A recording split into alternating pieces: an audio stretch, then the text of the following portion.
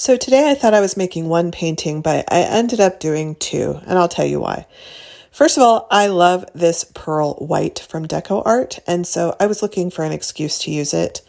But it was a little bit dried up. You can see it's really thick here. And even though I added Floetrol to thin it out, it was still quite thick. And I made the mistake of not adding any water to thin it down. So then I had this black, and same thing. It was old black. I mixed it with Floetrol. I didn't add any water. It was very thick.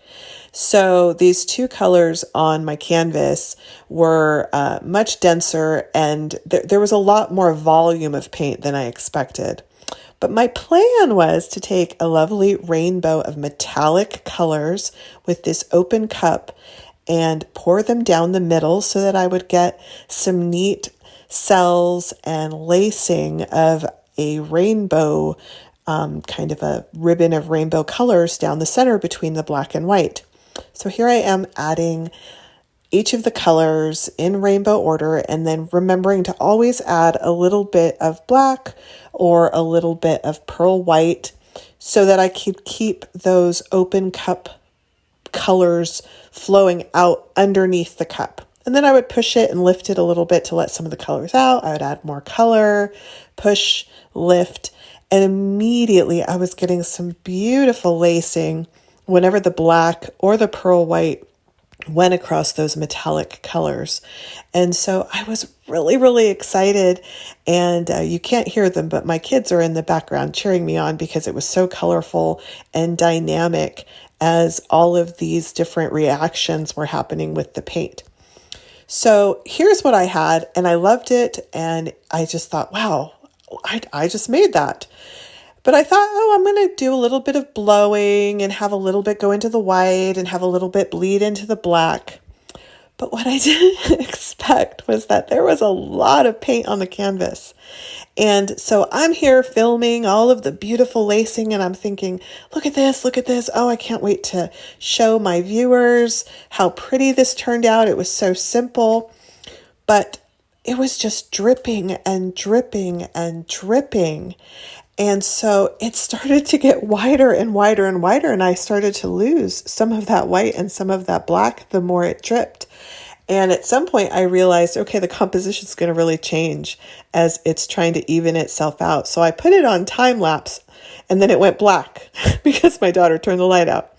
So I'll save the result till the end, but here I am trying again. I thought, okay, I'm going to try again. I'm just going to use less paint. And I thinned out that pearl white with some water.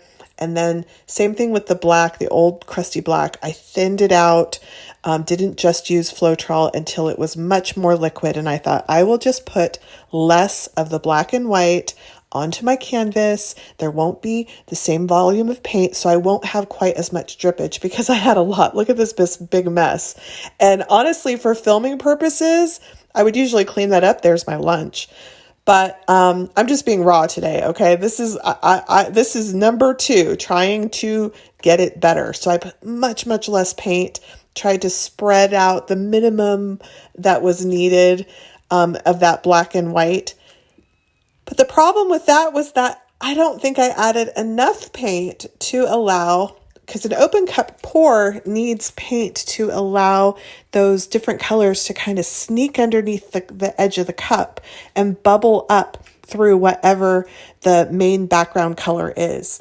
So I was just being very, very conservative here, trying to add just drops of the colors. And you can see I'm not getting a whole lot of color. So the more I moved down the canvas, the bigger my drops got, because I figured, okay, I'm not making very much reaction here. There's not much composition. I need to do more and more and more. And by the time I was getting towards the end of the canvas, which you'll see here in a second, I think I added too much color. And actually the top of the canvas doesn't match the bottom of the canvas in terms of the volume of paint. Still really pretty, still got beautiful lacing, and all of this lacing and all these cells are from a little bit of treadmill oil that was mixed in, silicone oil mixed in with those metallic colors. But metallic colors like to react with other paints. So they will react with the black and the pearl white regardless. But you can see on the left side here, there's a lot more paint than on the right side, but not very many drips. I was very good about using a minimum of drips. So look at these colors. I mean, I really, really love all of those details, but I'm not sure which painting I like. Here's number 1, and it's not varnished. And here's number 2, dried but not varnished. So which one do you like, number 1 or number 2? Let me know. And you can always find me at SaritaLaRoche.com. Keep making a beautiful mess.